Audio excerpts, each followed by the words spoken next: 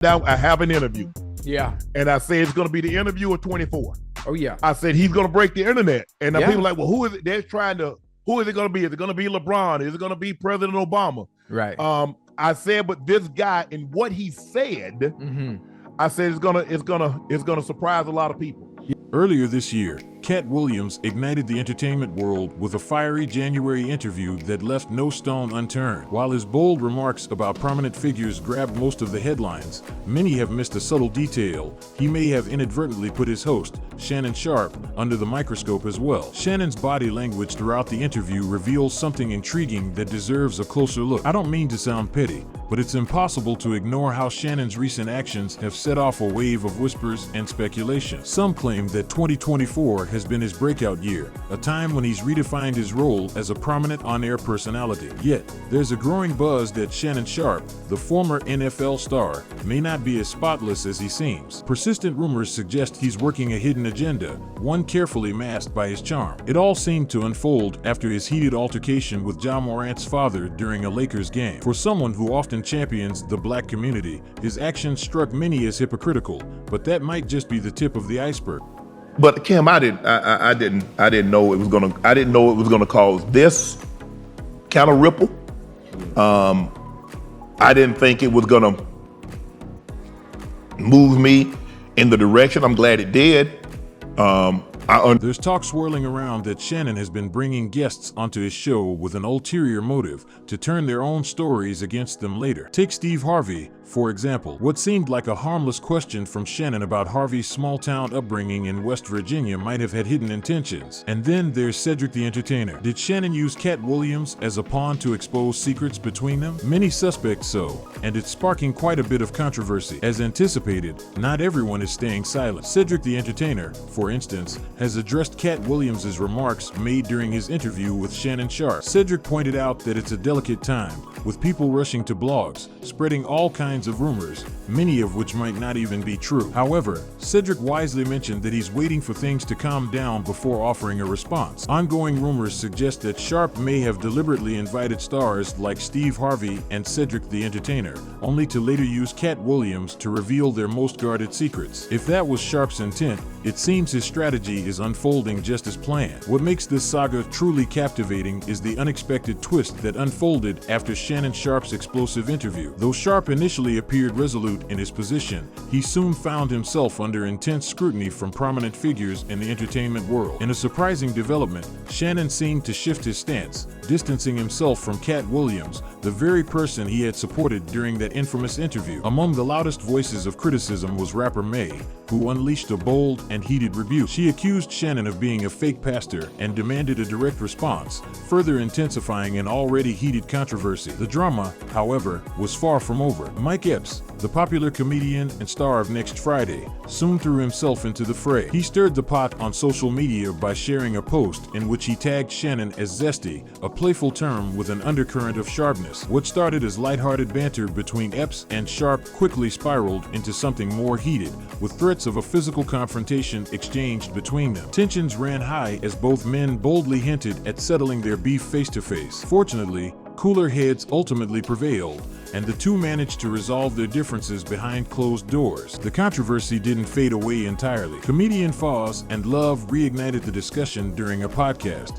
where Foz speculated that Shannon Sharpe might have been genuinely wary of confronting Mike Epps. Love hinted that Shannon was well aware of the high regard Mike Epps enjoys in his home state of Indiana, where he's cherished by many. According to Love, Shannon could have been apprehensive about the potential fallout if things escalated physically. He also linked Shannon's reluctance to the growing issue of gang violence in America, suggesting that the ease of obtaining firearms may have played a role in his caution. Yeah. And the interview that I'm talking about, is everybody's talking about it, is the Katt Williams. Oh, yeah. I've been trying to line this interview up since about the end of 2022. Yes, sir. And he's like, I don't know when I'm going to be on your side of town. Yeah. But I'll keep that in mind. Wait, now, so you had this brewing? You had this brewing since 2022?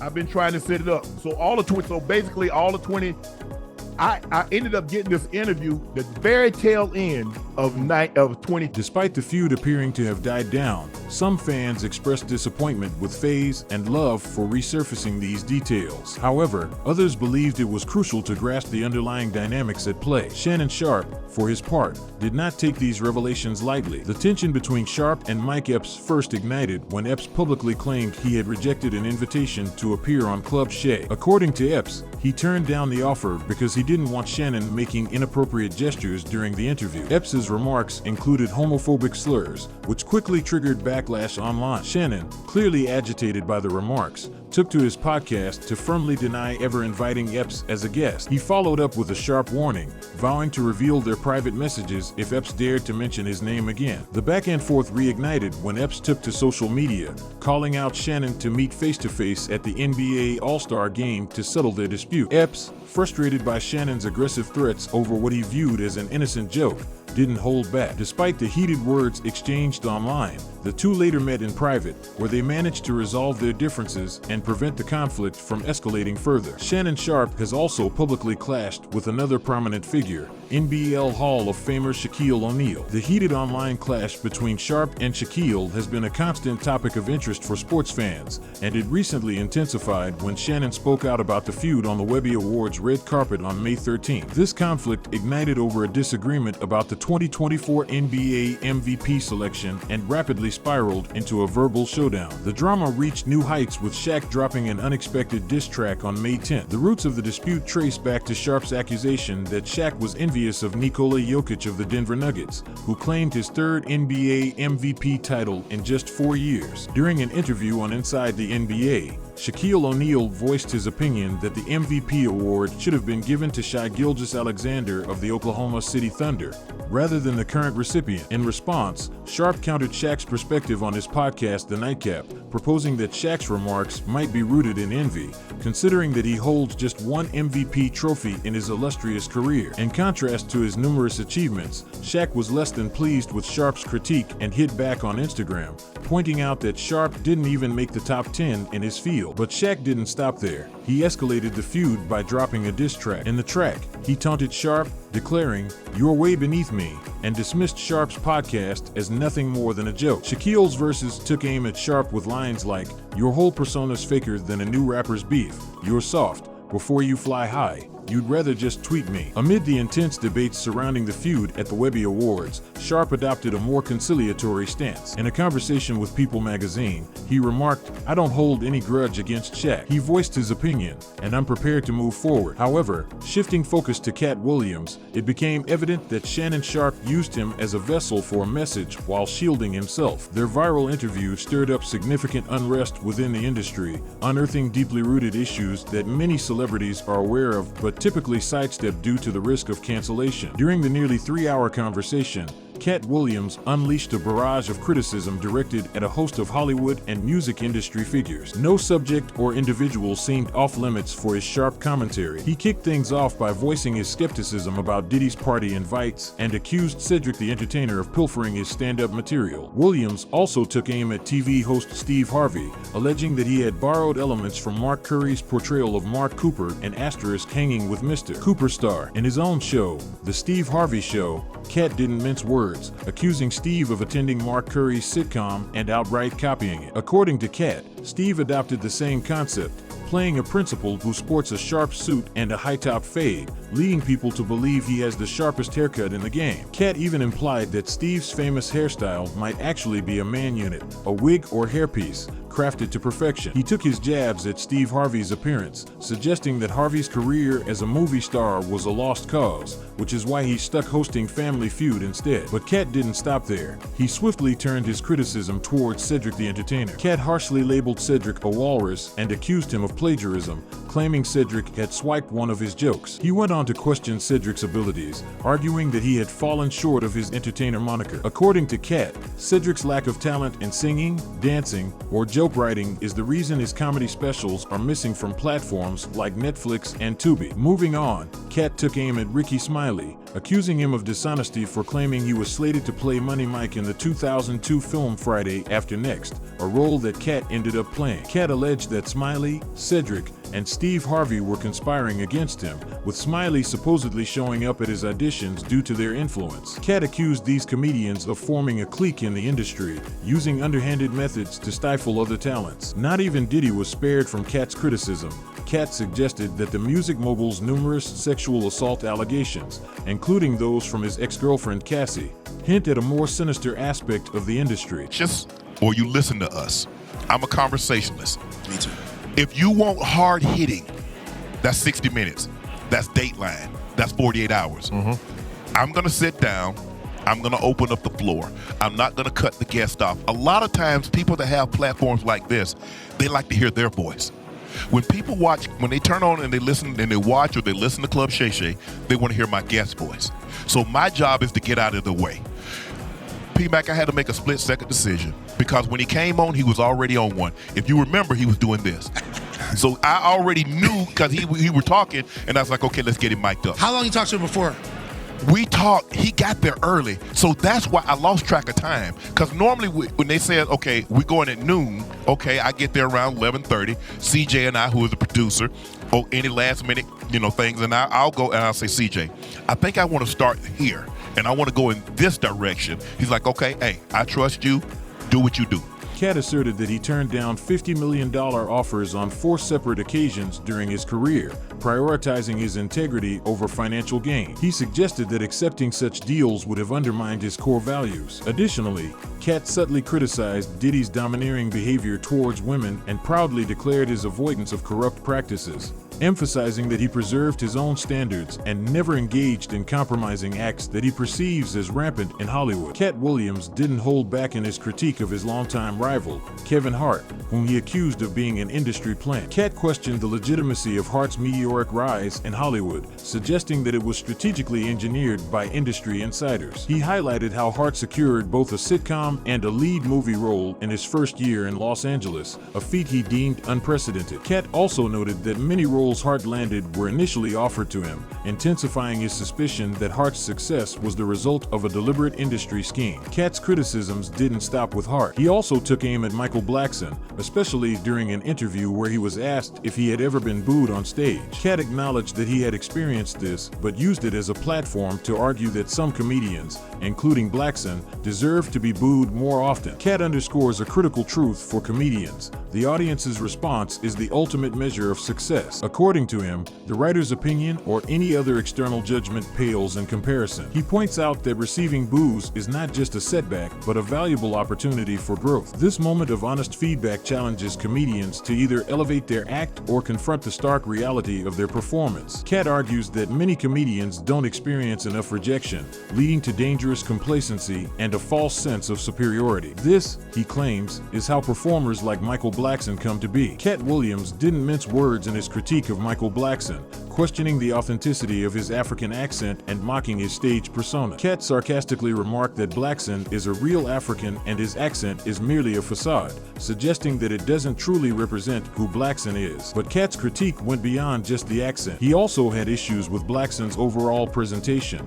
recalling a moment when Blackson wore what Katt described as dirty dashikis. To Katt, these traditional African garments did little to enhance Blackson's comedic reputation and seemed to undermine his performance. Katt asserted that he had given Blackson the most valuable advice of his career. He told him that if Blackson wanted to present himself as the African king of comedy, he needed to dress the part. But Katt's guidance went beyond mere fashion.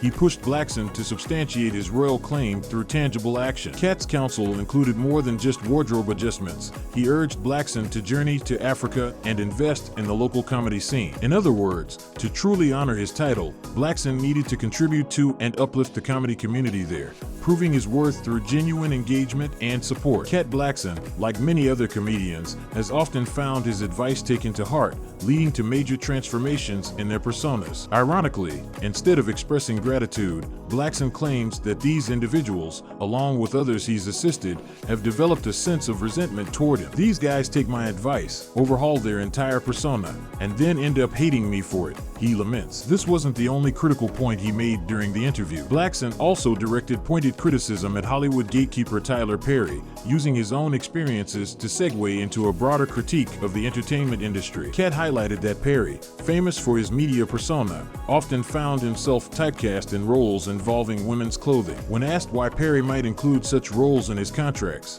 Katt suggested that Perry's ability to convincingly portray these characters made him a strong actor. However, Katt took a swipe at Perry and others in similar positions, arguing that they excel in roles involving women but have not necessarily been champions for other actors. The best actors should land the best roles, Katt asserted, criticizing Perry for not using his success to elevate others in the industry. He emphasized that Perry, despite his achievements, had not significantly helped other actors gain recognition, especially those from marginalized communities like the LGBTQ+ community. If you're a gay person in the industry, you should be bringing other gay people up with you, Katt urged. He wrapped up his statement by noting that if Perry and others in similar roles aren't ready to help others succeed, they shouldn't be shocked if they're branded as gatekeepers. After Shannon's extensive interview with Katt Williams, the podcaster acknowledged receiving a hefty dose of backlash. When The Hollywood Reporter asked him about the reactions, Shannon replied, "Have you not seen the media?" He further explained, "Now, all of a sudden, since Katt's interview, I'm being labeled as gay, or Wendy Williams, or a gossip columnist. Katt did give me a heads up, warning me to brace for the fallout." Shannon Sharpe, the former NFL star renowned for his 14-season career, primarily with the Denver Broncos, has transitioned into a prominent role on ESPN's First Take alongside Stephen A. Smith. Reflecting on the unexpected backlash he has faced, Sharpe admitted that while he anticipated some fan opposition during his sports career, the intensity of Hollywood's critique took him by surprise. "I'd be lying if I said I saw this coming," he confessed, noting the stark contrast between the sports world he once dominated and the media landscape he now navigates. One of the most challenging aspects for Sharpe has been the relentless questioning of his personal preferences. When a straight man's preferences are questioned constantly, it's hard to ignore the influence of social media, he observed. Shannon likened the situation to the political arena, where persistent repetition of falsehoods can eventually be perceived as true. He cited the 2016 election, where relentless repetition of certain statements led many to accept them as reality, despite their inaccuracy. Shannon emphasized that he finds it unacceptable for his sexual orientation to be publicly and persistently questioned. "It's not acceptable to label someone as gay without their consent," he asserted, "and no argument can convince me otherwise." Following his interview with Katt Williams, other comedians, including Mike and Eddie Griffin, had also made jokes about Shannon's orientation. Both comedians have since issued apologies, but the damage had already been done. Shannon pointed out that such jokes often mask deeper feelings of envy and jealousy. "I don't have any issue with gay people," he clarified. "To each his own. Whatever you choose to do is your business." Despite the backlash, it's crucial to acknowledge that not everyone shares this negative perspective. Many of Sharpe's supporters believe he did nothing wrong, arguing that his main role was to give Katt Williams a platform to openly discuss industry issues, a chance for a frequently unheard voice to be acknowledged. For them, Sharpe's actions are viewed as a brave effort to address important, though controversial, topics that others might shy away from. Since the Katt Williams interview, Shannon's podcast has flourished, attracting a slew of high-profile guests like Oscar winner Monique and Insecure star Amanda Seales, both of whom went viral after their appearances. Shannon has expressed a dream list of interviewees that includes Oprah Winfrey, LeBron James, Dave Chappelle, and Eddie Murphy, highlighting his ambitious vision for the show. As Shannon Sharpe balances his roles as a sports commentator, podcast host, and public figure, we are left to question whether he is genuinely navigating these challenges with sincere intent or merely performing to remain relevant in the ever-evolving media landscape. So, that's all from today's video. If you enjoyed it, remember to leave a like, subscribe, and ring that bell icon so you never miss our upcoming videos. And don't forget to share your thoughts in the comments section.